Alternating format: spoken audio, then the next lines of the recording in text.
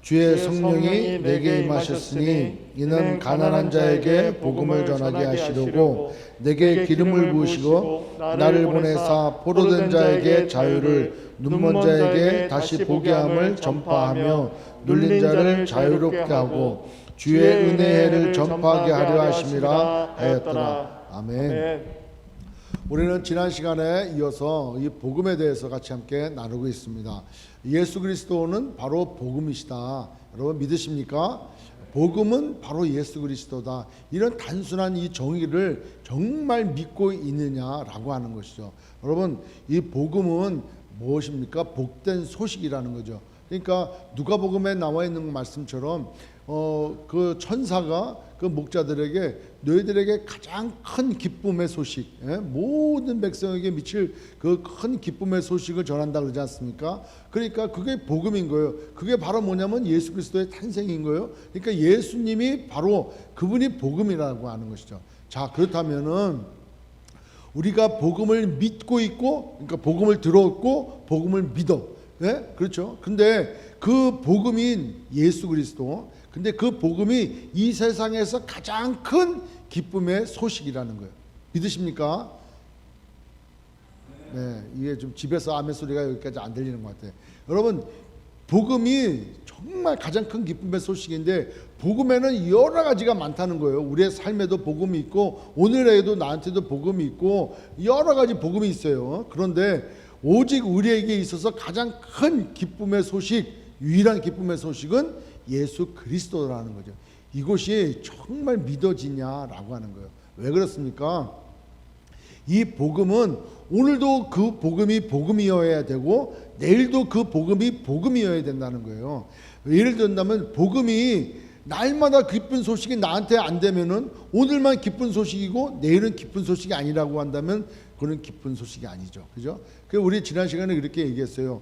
뭐 어떤 식으로 얘기했냐면 복음이 어디서부터 나왔느냐 하는 거예요. 그죠? 복음이 어디서부터 나왔습니까? 우리 그것을 알기 위해서 로마서 1장 1절로 말씀 들었어요. 1절로 7절까지의 말씀에 로마서 1장 1절 한번 보십시오.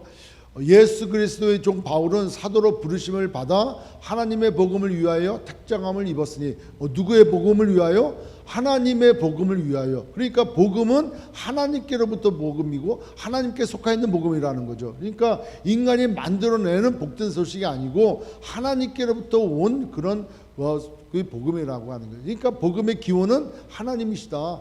복음은 누구로부터 왔느냐? 하나님께로부터 왔다. 복음은 내가 만드는 것이 아니라 하나님께로부터 왔다는 거예요. 여러분, 세상의 신들은 인간이 만들었어.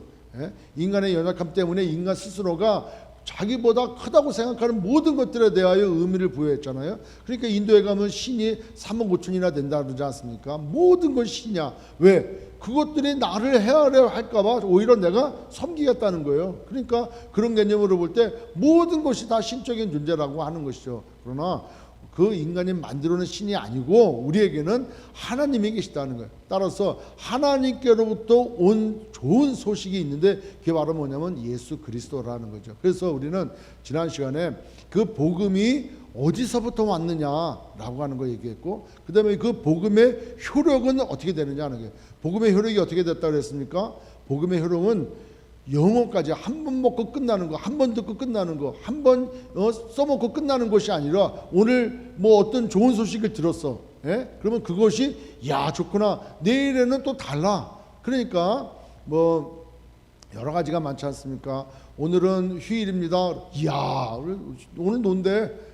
근데 내일 안 놀고 그냥 뭐 밤늦게까지 일한대 그러면 그게 복된 소식이 안 되잖아요. 근데 오늘은 일찍 퇴근하십시오. 그러면 이야 오늘 일찍 퇴근한다. 뭐 오늘 방학이래. 뭐 이러면은 그게 기쁜 소식이에요. 그런데 그게 그 다음날 되고 그 다음날 돼가지고 똑같지 않는다면은 그건 아니에요. 일회용이지 일회용. 그런데 우리가 듣고 있고 우리가 믿고 있는 이 복음은 영원전부터 시작되어졌고 그 효력은 영원까지라는 거예요. 그렇다면은 여러분 우리가 들었던 그 복음, 세상에서 가장 귀하고 가장 큰 기쁨의 소식, 예수 그리스도의 오심과 그분의 부활하심, 그분의 십자가의 죽으심과 부활하심이 우리에게 복된 소식이라고 한다면, 이 소식은 오늘 내가 들었던 모든 소식 중에서도 가장 첫 번째 기쁜 소식이어야 되고, 그 기쁜 소식은 오늘뿐만 아니라 내일도, 아니 매 순간순간마다 기쁨의 소식을 들을 때, 그 복음을 들을 때 마치 그럼 그렇지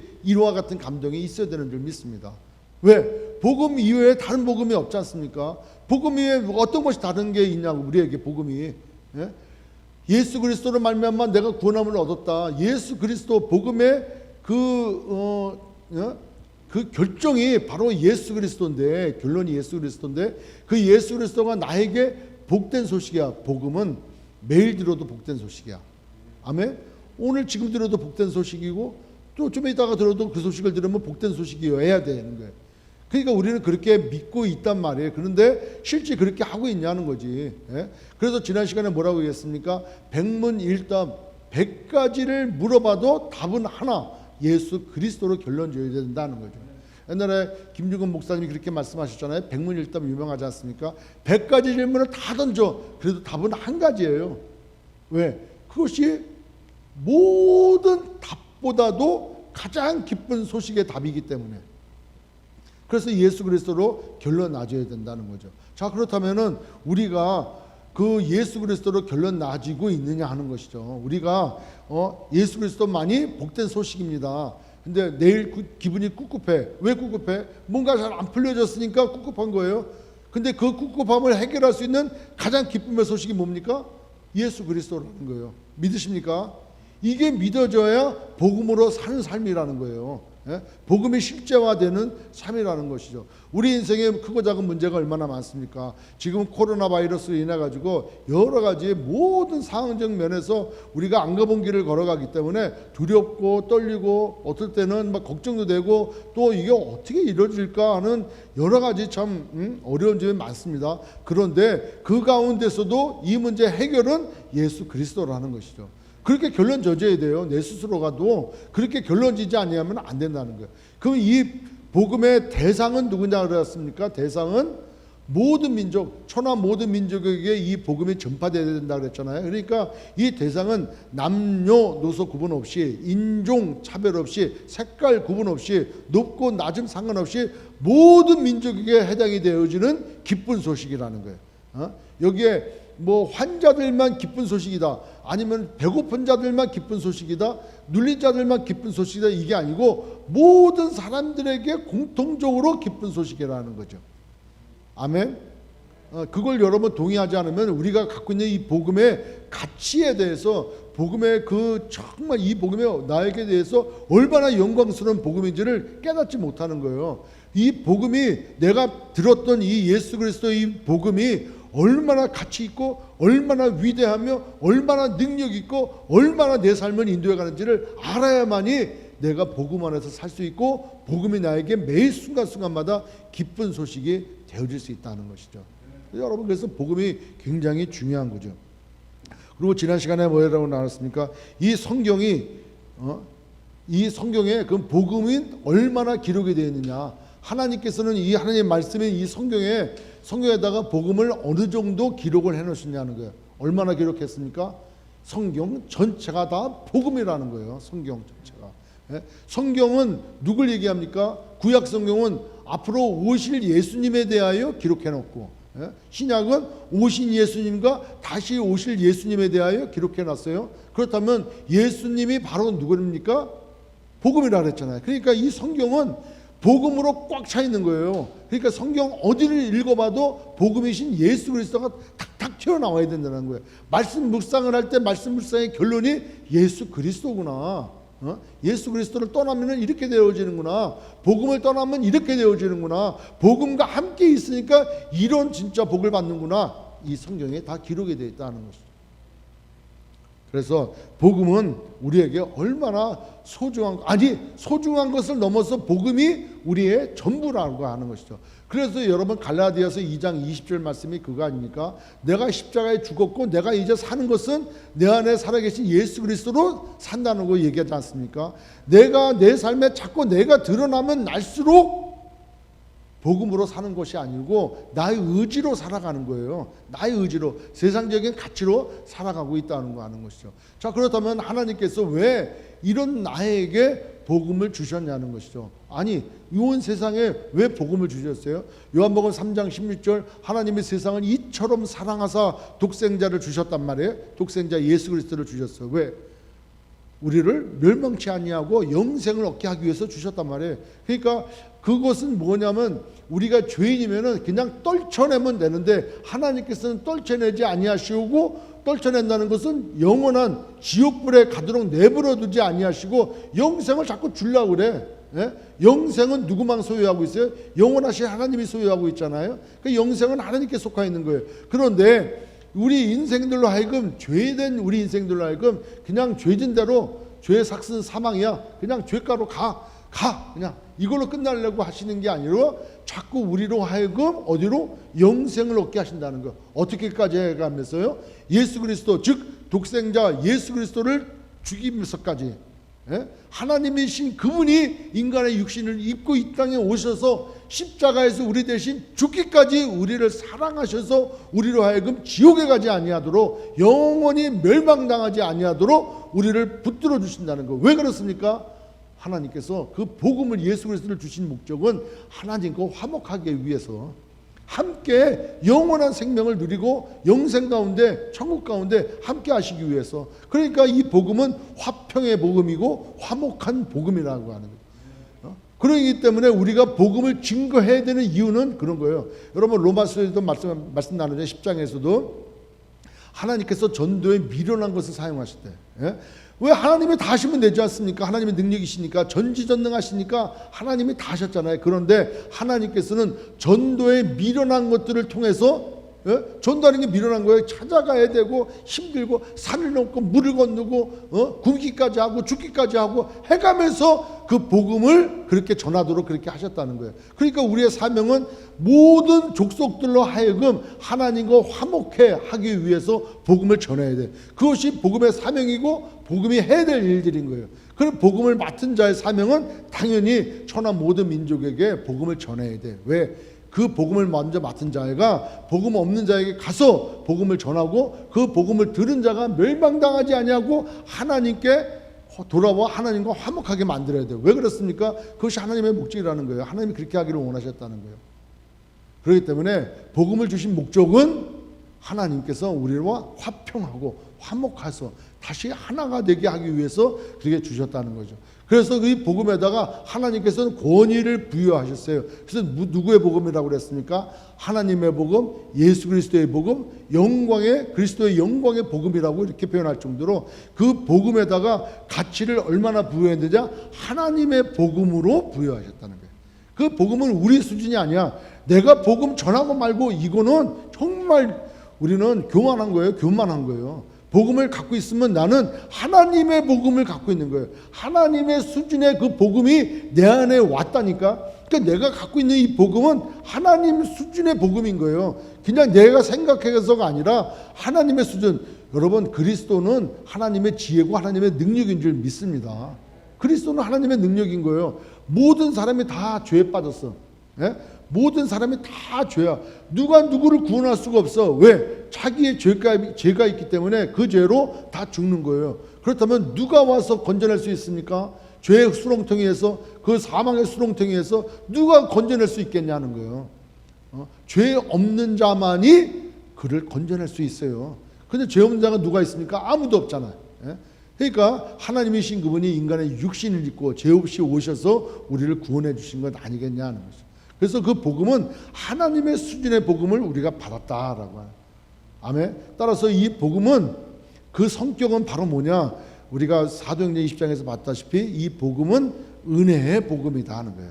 여러분, 사도 바울이 어떤 사람이었습니까? 사도 바울이 그가 갖고 있는 지식과 그가 갖고 있는 모든 걸 다 통원해가지고 예수 믿는 사람 쫓아냈잖아요. 그래서 예수를 그리스도라 여기지 않았죠. 우리는 예수를 누구라 여겨요?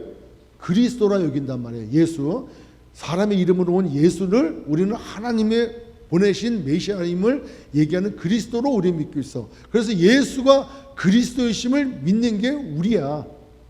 맞습니까? 그런데 사도 바울은 예수가 그리스도이심을 안 믿었단 말이에요. 그러니까 바리새인들, 지금 유대인들은 예수가 그리스도임을 안 믿는 거예요. 그러니까 다른 그리스도를 기다리고 있잖아요. 근데 우리는 예수가 그리스도이심을 믿는 거란 말이에요. 그러니까 전혀 예수가 그리스도임을 믿지 아니하고 오히려 예수를 그리스도로 믿는 자들을 찾아다니면서 핍박하고 잡아 죽이기까지 하고 교회를 그냥 멸하려고 했던 이 사도 바울이 다메섹에서 그 광명한 가운데 주님을 만나지 않습니까?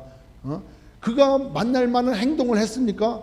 사도 바울이 뭔 행동을 했냐고. 하나님 앞에 합당한 행동을 했습니까? 사울아 사울아 네가 나를 왜 때리느냐? 네가 나를 왜 핍박하느냐? 제가 언제 그랬습니까? 누가 지금 나를 핍박하는 거 아니냐는 거예요. 교회를 핍박하는 것이 예수를 핍박하는 것. 누구십니까? 네가 핍박하는 예수다. 그 얘기는 우리가 예수 그리스도를 믿고 있는 거, 예수가 그리스도임을 믿는 거. 그러니까 사도 바울은 하나님 앞에 그 어떠한 그 의로움도 또 어떤 공로도 또 그가 뭐 했던 그 열심도 없었던 것 같아요. 예수가 그리스도임을 몰랐잖아요. 그런데 그렇게 하나님을 예수를 핍박하던 사도 바울의 공로 없이 자격 없이 거저받은 은혜로 하나님의 은혜로 복음을 받은 거예요. 그래서 이제는 복음에 붙들린 바 되어서 쓰임받는 주의 종이 되었지 않습니까? 그런 것처럼 이 복음은 은혜의 복음이다. 내가 노력해서 취하는 복음이 아니고 내가 잘 보여가지고 어떤 수준에 올라가가지고 하는 것이 아니라 하나님의 일방적인 은혜로 받는 것이 복음이라는 것이죠. 아멘. 그게 바로 복음의 성격이다.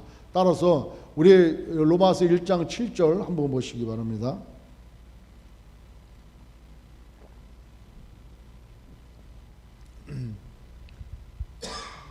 함께 읽게요.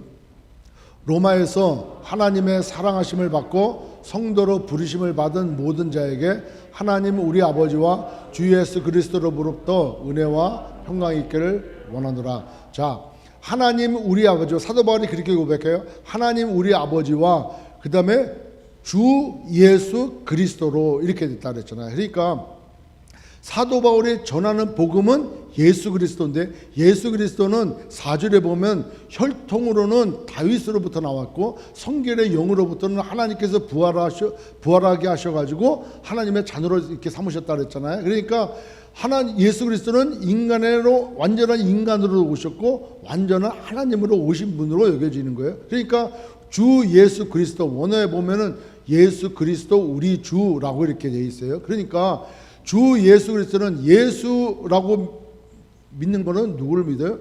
인간으로 오신 그분을 믿는 거예요. 그 다음에 그리스도, 그분이 곧 하나님이심을 믿는 게 예수 그리스도예요. 그분이 나의 주라고 얘기하는 나의 주님이시다. 내 인생에 내가 여태까지 주인사로 살았지만 이제부터는 예수님을 나의 주님으로, 예수 그리스도를 나의 주님으로 믿고 여기고 신뢰하고 순종하며 살 것을 고백하는 것이 나의 주, 우리 주 예수 그리스도라고 하는 고백이라는 거죠.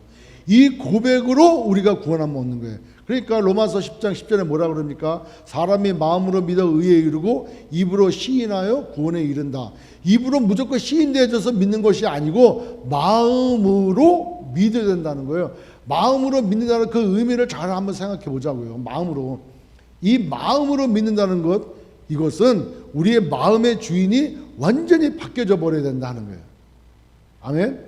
근데 그것이 바뀌지 아니하고 입으로만 고백되어지면은 이것은 구원받은 믿음이 아니라고 할 수 있다는 거죠. 그거는 입으로는 예수 믿죠. 입으로는 구원받았죠. 입으로는 교회 가서 예배를 드리죠. 입으로는 주님 사랑하죠. 입으로는 그 주님 말씀 따라 순종하죠. 그런데 삶으로는 전혀 바뀌지 않아. 변화되지 않아. 그래서 복음을 받은 사람은 반드시 변화가 돼 있어. 왜 변화가 되어 있냐면은 그 복음이 누구의 것이기 때문에 그래요?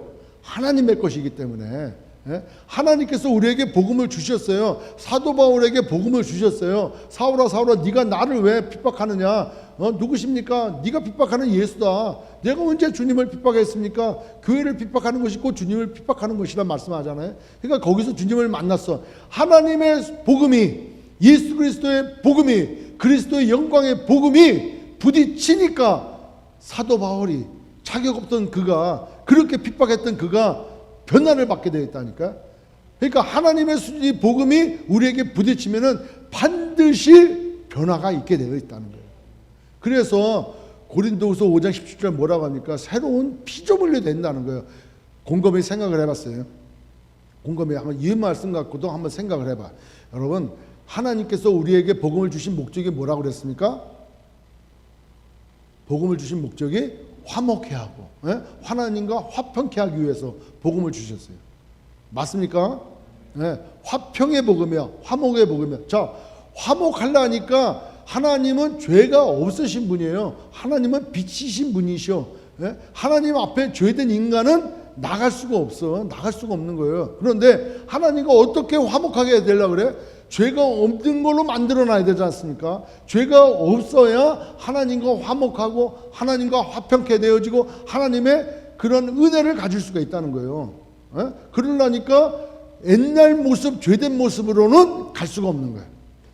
갈 수가 없는 거예요. 그러니까 새로운 피조물로 만들어야 돼. 이 새로운 피조물은 어떤 피조물입니까? 죄가 없는 것. 죄가 없는 상태의 피조물로 만들어야 돼. 그러려니까 이 죄 문제를 해결하려니까 하나님이신 그분이 인간의 육신을 입고 가서 그 죄를 담당하여 십자가에서 죽으셔야 돼. 그리고 부활하셔야 되는 거예요. 아멘. 그렇게 그것을 믿을 때, 그것을 마음으로 믿고 그것이 덧입혀질 때 새로운 피조물이 되어져. 그러니까 그 예수 그리스도를 죽였다는 거예요. 약속이 그거 아닙니까? 그 메시아를 죽였다는 거예요. 그러게 와서 죄된 인간이 하나님과 화목하기 위하여 죄 문제를 해결하기 위한 대책을 하나님께서 창세전에 에베소서 1장 4절에 창세전에 계획해 놓으셨단 말이에요. 그게 이루어졌어. 이루어져서 그 예수를 믿음으로 말미암아 하나님과 교제하게 됐어. 그래서 뭐가 됐다는 거예요? 새로운 피조물이 됐다는 거예요. 그러니까 복음이 부딪히면은 새로운 피조물이 돼. 그 새로운 피조물은 반드시 하나님과 교제하게 돼 있어요. 그래서 변화된 사람이 찾아가는 게 교회인 거예요. 예배고, 찬양이고, 기도고, 전도고, 이렇게 삶의 변화가 일어나게 되었다는 거예요. 그런데 우리가 여기에서 확실하게 알아야 될 것 중에 하나는 바로 뭐냐면 상황과 어떤 조건이 바뀌어졌다고 변화된 것은 아니라고 한다는 사실. 상황과 조건이 변했어. 여러분, 우리가 인생에 있어서 여러 가지 문제가 생기고 또 여러 가지 어려운 일이 생기면은 내가 참 불행하다고 생각해요. 나는 왜 이렇게 불행할까? 나는 왜 이렇게 진짜 운수가 없나? 나는 왜 이렇게 철저히 진짜 복도 없이 박복하게 난 살아가나?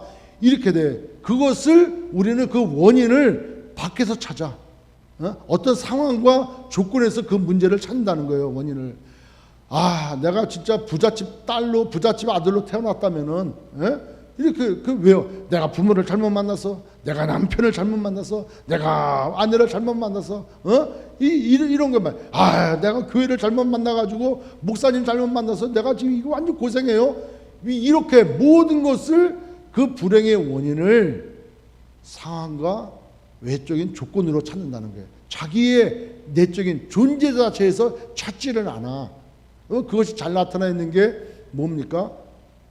출애굽한 이스라엘 백성들 아닙니까? 자, 이스라엘 백성들이 그 애굽에 들어가서 종살이를 했잖아요. 430년 동안 그 애굽에 내려가서 살아왔어. 처음에는 요셉으로 인해서 그 요셉을 알던 왕들에 인해 가지고 좋은 시절도 보냈었겠지만 그 왕조가 바뀌어짐에 따라서 이제는 완전히 그 노예로 전락이 되어져 버렸어요. 그러니까 얼마나 힘듭니까? 자기들의 왕이, 그 바로의 왕이 시키는 대로 그들은 해야 돼. 그들은 해야 되는 거예요. 나일강에 갔다가 아이들을 버려라 그러면 아들을 갖다가 나일강에 갖다 버려야 돼요. 안 버리면 다 죽어. 다 죽는 거예요. 그래요. 집도 주지 말고 벽돌을 만들어라 그러면 그렇게 해야 되는 거예요. 그 왕이 시키는 대로 두려움과 그 다음에 죽지 못해서 그냥 하는 거예요. 그 처절한 가운데 그들이 부르짖었어. 그래서 그들을 하나님께서 모세를 통하여 이끌어내셨단 말이에요. 그러니까 그전에는 누구를 왕으로 여겼습니까? 바로, 그 나라의 애굽의 왕 바로를 왕으로 섬겼단 말이에요. 그런데 거기를 빠져나와서 이제는 시내산에서 하나님과 언약하고 난 다음에 그들의 왕, 그들의 참 하나님은 누굽니까? 하나님이신 거예요. 여호와 하나님이 이제 우리의 왕이 된 거예요. 왕이 바뀌었어요. 왕이. 그리고 그들이 종살이하고 노예생활했던 그들에서 이제는 그거에 묶이지 아니하고 자기들 자유롭게 살아갈 수가 있었게 됐단 말이에요. 그 노예생활에서 벗어났어요. 또 노예 시절 때는 어떻게 먹고 살았습니까? 노예들에게 지급되는 그런 식량들을 먹었어요. 그렇지 않습니까? 그런데 하나님께서 그들을 이끌어내서부터 뭘 먹었습니까? 하늘로부터 내려온 만나를 먹었고 메추라기를 먹었어요. 반석에서 샘물 나가지고 금을 먹었어요. 하나님께서 인도하심으로 하나님의 방법으로 그들이 노력도 수고도 하지 아니하고 하나님께서 주시는 그러한 복을 누리며 살았다는 거예요. 자, 완전히 달라졌지 않습니까? 또한 하나님께서 모든 길 따라 그들을 인도해 가셨어요. 어떻게? 구름 기둥과 불 기둥으로 그들을 다 에워싸 가지고 하나님께서 앞서 행하셔서 모든 것을 다 처치하고 길을 내셔가면서 그들을 인도해 가셨어요. 그게 상황과 조건이 바뀐 이스라엘 백성들인 거예요. 상황이 바뀌었어요. 조건이 바뀌었어요. 여건이 바뀌어버린 거예요. 애굽에서 종살이했던 그들 상황에서 이제는 하나님의 자녀로, 하나님의 백성으로, 하나님의 수준에 의해서 살게 되어지고 누리게 되어졌어요. 자, 그렇다고 그들이 바뀌었습니까? 안 바뀌었지. 어디서 나옵니까? 가데스 바네 사건 때는 다 나오잖아요. 그 정탐꾼 12명을 보냈는데 갈렙과 여호수아만 엄청난 것들 12명이 다 같이 봤어. 40일 동안에 그 가나안 땅 저 북쪽으로부터 시작해가지고 서쪽으로 동쪽으로 그냥 계곡마다 산성마다 다 돌아다녀 봤어요. 그래서 막 포도도 그냥 싣고 오고 가져오고 이거 봐라 엄청나다 여기. 그런데 그 상황 가운데 그들을 보니까 우리는 메뚜기 같다. 또 어떤 사람은 저들은 하나님이 우리와 함께 하시는데 저는 밥이다. 갈 수 있다. 이렇게 10명과 2명으로 나눠지지 않습니까? 10명은 부정적인 보고 2명 여호수아와 갈렙만 하나님이 우리와 함께 하시면 저들은 우리의 밥이다라고 했잖아요. 그런데 백성들은 누구의 얘기를 따랐습니까? 무슨 얘기하는 거야? 하나님이 우리와 함께 하시는데 이게 너 저 홍해 갈라지는 거 안 봤어? 만나와 메추라기 지금 안 먹고 있냐고. 구름 기둥과 불 기둥으로 보호해 주시는 그 하나님의 은혜를 지금 너 느끼지 못해 니들? 이렇게 해서 족장되어지는 10명을 막 뭐라고 한 게 아니라 오히려 돌을 들고 하나님이 우리와 함께 하시면 저들은 우리의 밥이다라고 얘기하는 여호수아와 갈렙을 쳐 죽이려고 그러잖아요. 이게 어떻게 된 겁니까? 하나님을 경험하고 상황이 완전히 바뀌었어. 바로에서 애굽에서 종살이했던 그들이 하나님의 자녀가 되어 하나님의 백성이 되어 하나님의 방법으로 홍해를 가르고 10가지 재앙으로 그들을 이끌어내서 수많은 기적과 이적을 경험했고 그 조건이 다 달라졌고 이제는 하나님의 은혜로 살아가고 있는 그때 상황과 조건이 바뀌었음에도 불구하고 그들의 본심은 애굽을 떠나지 않았다는 거예요. 우리를 여기까지 데려나가서 죽이려고 그러냐? 애굽에 장사지가 없냐고.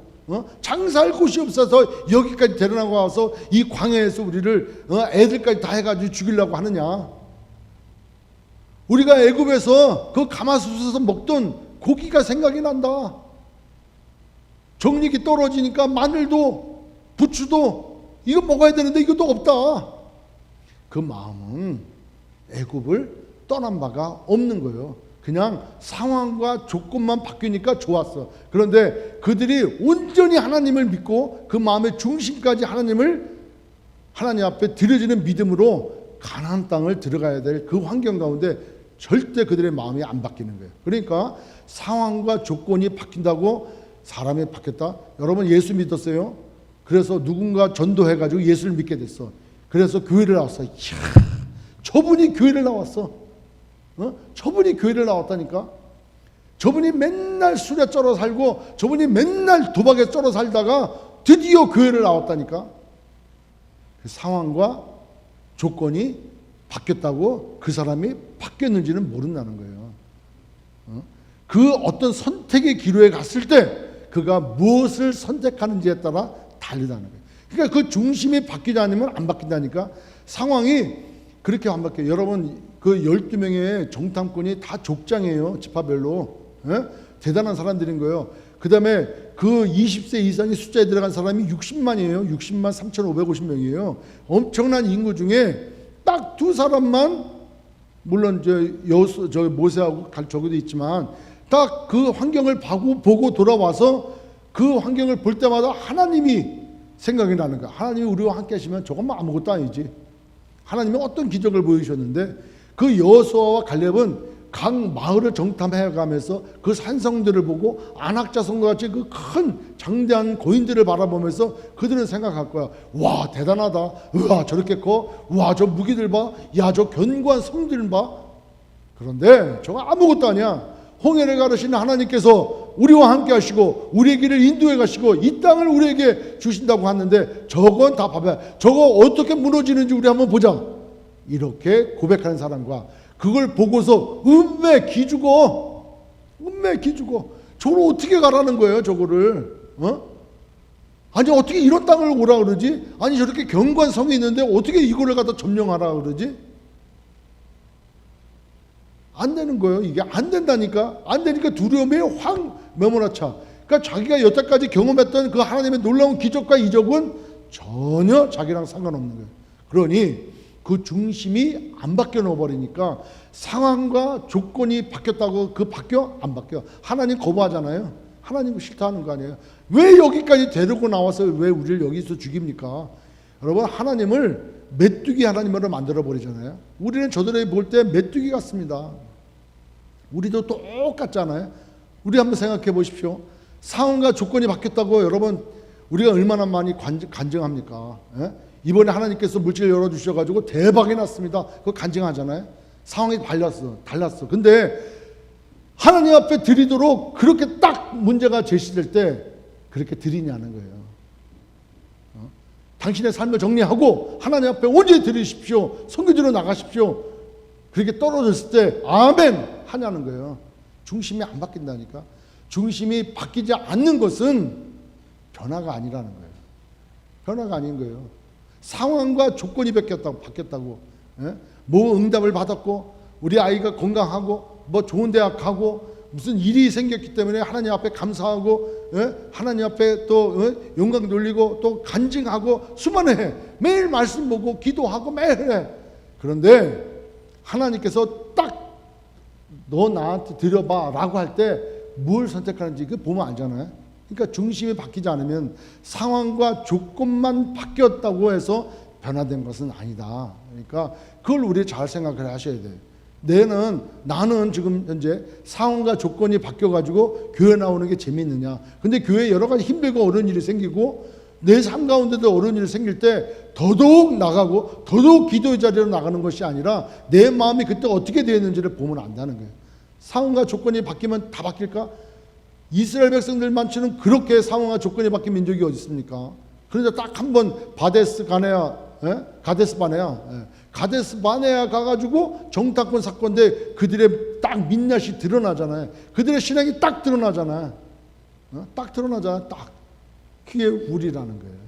남의 얘기가 아니라 오고 오는 모든 세대에게 상황과 조건의 변화는 변화가 아니다라고 강력하게 말씀하시는 사건이 가데스 바네아 사건인 거 아닙니까?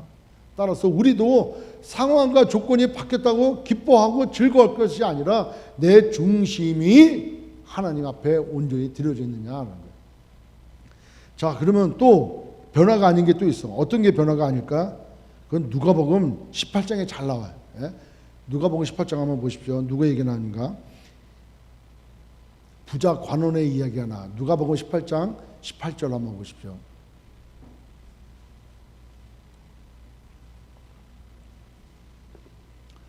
어떤 관리가 물어 이르되, 여기 어떤 관리는 저기 써 있는 것처럼 마태복음 19장에도 나오고 마가복음 10장에도 나와요. 이 세 개의 복음에 공이 나와요.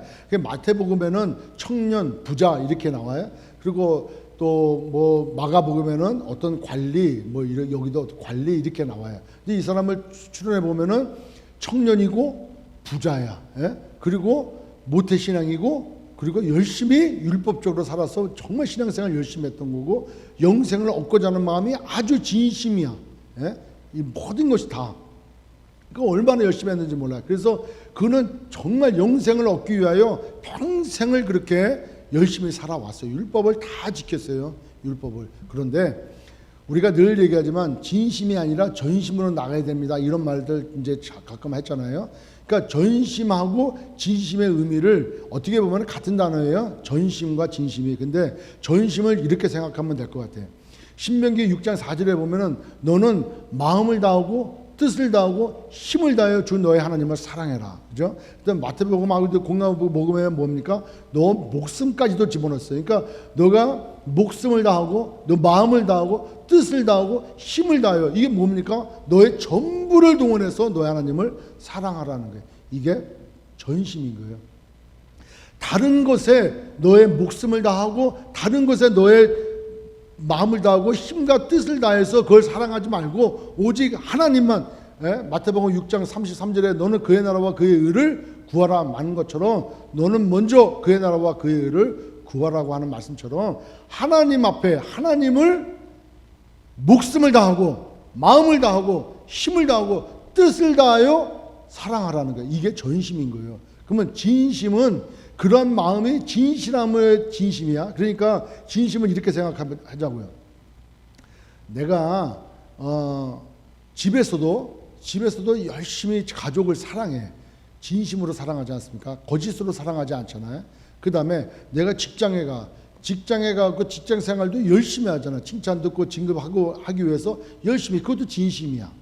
가족 사랑도 진심이야. 그런데 끝나고 나서 친구들과 같이 술 한잔하고 다른 것도 이것도 진심이야. 왜? 자기 좋아. 술 한잔 마시는 것도 좋아하고 도박하는 것도 좋아하고 뭐 다른 짓 하는 것도 좋아해. 그거 다 진심이야. 가식이 없어. 누가 하라고 해서 하는 게 아니야. 자기가 원해서 하는 거니까 그것도 자기의 진실된 마음이야. 그러니까 다 진심이야. 그리고 교회 나와서 예배하는 것도 진심이야. 선교지에 나가서 선교하는 것도 진심이야. 다 진심이야. 그렇지 않습니까? 그런데 부자가는 한번 보십시오. 그는 청년이야. 젊었어. 그 다음에 부자예요. 그 다음에 관리야. 그건 그에게 있어서는 다 있는 거예요. 진짜 이게 자수성가한 게 아니라니까. 청년이 그렇게 부자였고 관리였다면은 이거는 부모로부터 잘 살았구나. 그 부모로부터 신앙을 물려받았구나. 이런 걸 다 할 수 있지 않습니까? 거기다가 플러스 이 청년은 열심을 내서 모든 율법을 제가 다 지켰습니다. 그럼 어떻게 해야 됩니까? 그러니까 주님은 너가 다 했지만 한 가지 부족한 거 있다는 거예요. 너가 99%를 다 했고 1% 딱 부족한 게 아니라 너가 한 가지 부족한 거, 너가 잘못된 게 하나가 있는데 너는 시작을 잘못했어, 이 뜻이야. 너에게 있어서 부족한 것이 딱 한 가지인데 그것은 너가 시작을 잘못했다는 거예요. 어떻게 시작을 잘못했냐? 그걸 딱 짚잖아요. 주님이 뭐라고 해요? 너가 갖고 있는 모든 소유를 영생을 얻고자 원한다면 너가 갖고 있는 모든 소유를 가난하게 다 나눠주고 그리고 너는 나를 따르라 하는 거예요. 영생을 얻기 위해서. 고민하다가 그 물질이 많은 거로 그 청년은 돌아간 거예요. 각각의 다 진심이었어. 그런데 그에게 있어서 완전히 그의 마음을 붙잡고 있는 그의 전심, 목숨을 다하고 힘을 다하고 뜻을 다하고 마음을 다하는 것, 그것은 물질이었던 거예요. 딱 나오잖아요. 결정적일 때 나오잖아요. 결정적일 때 너 다 팔아. 그리고 다 주고 너가 그렇게 찾기를 원하는 그 영생을 너가 정말 얻기를 원한다면은 다 팔고 나를 따르란 말이에요. 됩니까? 안 되는 거예요. 안 되지 않습니까? 고민하다가 이게 물질이 많으니까 이걸 버릴 수가 없는 거예요. 그러니까 영생을 얻을래? 너 물질을 가질래? 이게 물질을 가는 거예요. 우리도 마찬가지예요. 우리의 신앙생활도 우리의 전심이 있냐는 거예요. 교회도 나오는 것도 진심이고 집에 있는 것도 진심이고 세상에 좋은 것도 진심인 거예요. 그러니까 다 좋은 거예요. 둘 중에 하나가 따른다니까. 마태복음 6장에 뭐라고 합니까? 물질과 재물과 하나님을 두 주인을 섬길 수 없다 그러잖아요. 그러니까 전심을 두 군데 줄 수 없다니까. 두 개 딱 붙들고 하나 이거 동시에 가질 수가 없다는 거예요. 세상의 가치관과 하나님의 가치관 이거 두 개를 같이 가질 수 없다는 거예요. 뭔가 하나는 버려야 돼. 뭔가 하나는 놔야 돼. 뭔가 하나 버려야 돼요. 근데 버리지 않으니까 변화가 없는 거예요. 버려야 되는 거예요. 지금 부자 청년은 거기에서 자기의 전심을 지금 딱 보여줬어요. 주님 앞에 아하, 내가 영생을 찾고자 원하는 게 아니구나. 그것도 진심이야. 진심이지만 나에게 있어서의 전심은 물질에가 있구나 하는 것을 이 부자 청년을 통해 가지고 우리에게 말씀하시겠다는 거예요. 너가 변화 받았냐? 그렇다면 너가 갖고 있는 모든 소유를 주를 위해서 정말 다 드리고 너의 시간에 모든 것을 다 주님 앞에 드릴 수 있냐 하는 거예요. 그게 변화다는 거예요. 하나님 수준의 복음이 우리에게 떨어졌는데 그 복음은 반드시 변화가 일어나게 되어 있다는 거예요. 근데 그 변화는 상황과 조건만 달라진다고 해서 그 변화가 아니고 또 내 진심이 변했어. 교회를 안 나온 사람이 교회를 나오게 됐고 뭐 새벽기도 안 나온 사람이 새벽기도를 나오게 되고 헌금을 안 하신 분이 헌금을 하게 되어지고 선교를 안 하던 분이 선교를 나가게 되어졌고 이렇게 모든 진심이 바뀌었어. 예? 그렇다고 해서 중심이 변화됐다고 얘기할 수 없다는 거예요. 그 선택의 시간에 우리는 어떤 거에 나의 전심이 있는가를 분명히 하나님이 테스트하신다는 거예요. 반드시 테스트한다는 거예요. 그때 나의 전심이 어디가 있냐 하는 거예요. 거기서 우리가 무너지지 않습니까? 거기서 무너지는 거예요. 그러기에 가데스 바네아에서 가나안 땅에 들어가고자 저들은 우리의 밥이다라 얘기하는 갈렙과 여호수아의 신앙이 보통이 아니라는 거예요. 그냥 하나님이 함께 계시는데 왜 그렇게 고백을 못해? 못하다는. 그러니까 요단강 건널 때 법궤를 맨 제사장이 이 물 발에 닿아야 돼. 죽는데 빠지면 죽는데 물살에 휩쓸리고 더구나 무거운 거를 법궤를 다 메고 있는데 어떻게 거기 들어가냐고. 예? 정말 하나님이 너가 발 내디면은 물이 끊어지리라 그 믿음을 갖고 들어가야 되는 거예요. 근데 우리는 그 전심이 안 되잖아. 완전히 하나님을 믿지를 못하잖아. 예? 완전히 믿지 못해. 이 물질을 다 하나님께 드려버리면은 난 죽는데 믿지 못하는 거예요. 그러니까 내 전심은 물질에가 있다니까. 여러분 상황을 한번 보십시오. 상황을 각자 자기의 상황을 우리 신앙생활 한번 보자고요. 여태까지 우리가 그렇게 살지 않았다면 우리 신앙생활 정말 다시 한번 재고해봐야 돼. 재고해봐야 되는 거예요. 왜냐? 천국은 장난이 아니라니까. 영생을 얻는 게 무슨 소설입니까? 이게 무슨 게임입니까? 게임이야 이게. 하다가 안 되면 다시 해. 아니잖아요. 그런데 우리는 게임처럼 생각을 해요. 저 군대에 있을 때 그 전방 비무장지대 앞에서 근무할 때 그 비무장 내에 들어가 가지고 작업을 하게 됐어요. 그 공사를 하게 됐는데 지뢰가 얼마나 깔려 있습니까? 그러니까 수색대가 미리 가가지고 전방에서 엄호를 하고 그 다음에 공병부대가 들어가고 지뢰를 제거를 해. 지뢰 제거 작업을 해. 그 다음에 우리가 경계병 배치하고 그 다음에 이제 우리가 들어가서 작업을 해. 그 작업하는 중에도 땅을 파다 보면은 공병부대가 다 탐지해가지고 제거했던 지뢰 말고도 또 다른 지뢰가 나오는 거예요. 그런데 그거 조심 없이 땅을 파는데 그냥 삽으로 막 파는 거 아니에요. 정말 삽으로 한번 타고 두드려보고 손으로 이렇게 해서 땅을 파. 그래서 땅을 1m 이상을 파가지고 거기다가 이제 철책을 연장시키는 작업을 하는데 그 땅 하나 파는 거 전체가 어떨 때는 공병부대에서 와가지고 포크레인으로 한번 쭉 파주고 가잖아요. 그 나머지 들어가야 되는데 이게 되게 어려운 거예요. 이게 깊이 포크레인이 와가지고 푹 파고 나왔으니까 구덩이 생길 거 아니에요. 그러면은 이걸 누가 뛰어내려가야 되잖아. 이거 뛰어내려가야 돼요. 삽 들고 밑에 뛰어내려가서 안에 정리가 돼야 되는데 뛸 때 지뢰를 밟을 수가 있단 말이에요. 오랜 기간 되어지니까 이 지뢰가 깊이 장마로 인해서 묻혀버려. 그러니까 1m 이상을 묻힐 수도 있어요. 그렇게 해서 나와서 터진 경우도 있으니까. 한 번은 그랬어요. 들어가서 반대편 삽질하다가 거기서 지뢰가 나왔어요. 얘가 반대로 떴으면 죽은 거예요. 그런 식으로. 근데 그런 예상을 다 하고 조치를 하고 안전수칙을 만들어 놓지 아니하고 수색대가 앞에서 경계 쓰고 있고 그 다음에 공병부대가 다 제거했으니까 들어가서 마음껏 작업해. 이렇게 외줄 타기 하지 말라 그래. 여러분 줄 하나 세워놓고 장대 하나 가지고 외줄 타는 거 이게 편안해 보입니까? 안 보이잖아요. 불안하잖아요. 장대를 갖고 이렇게 막 하는데 얼마나 불안합니까? 오금이 쩔리지. 저거 떨어지는 거 아니야? 막 이러지. 우리의 신앙생활을 그렇게 하면 안 된다는 거예요. 제가 말씀드리고 싶은 것은 아이 뭐 그냥 이렇게 구원 받겠지? No! 내 중심이 안 바뀌는데 어떻게 구원을 받습니까?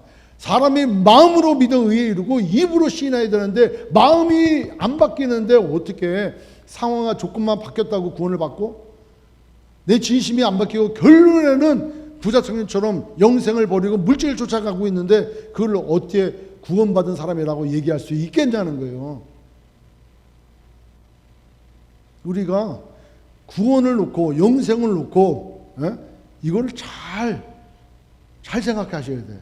이거는 정말 외줄타기처럼 그냥 운에 맡기면 안 되는 거예요. 그냥 아무데나 그냥 되면 되겠지 뭐 여태까지 안전하니까 그냥 안전하겠지. 다른 사람들이 다 그런데 뭐 나의 신앙생활이 뭐 별달라? 왜 자기 신앙생활을 다른 사람들에게 자기의 영혼의 문제를 왜 다른 사람들에게 왜 다른 사람들이 행하는 것을 보고하냔 말이에요.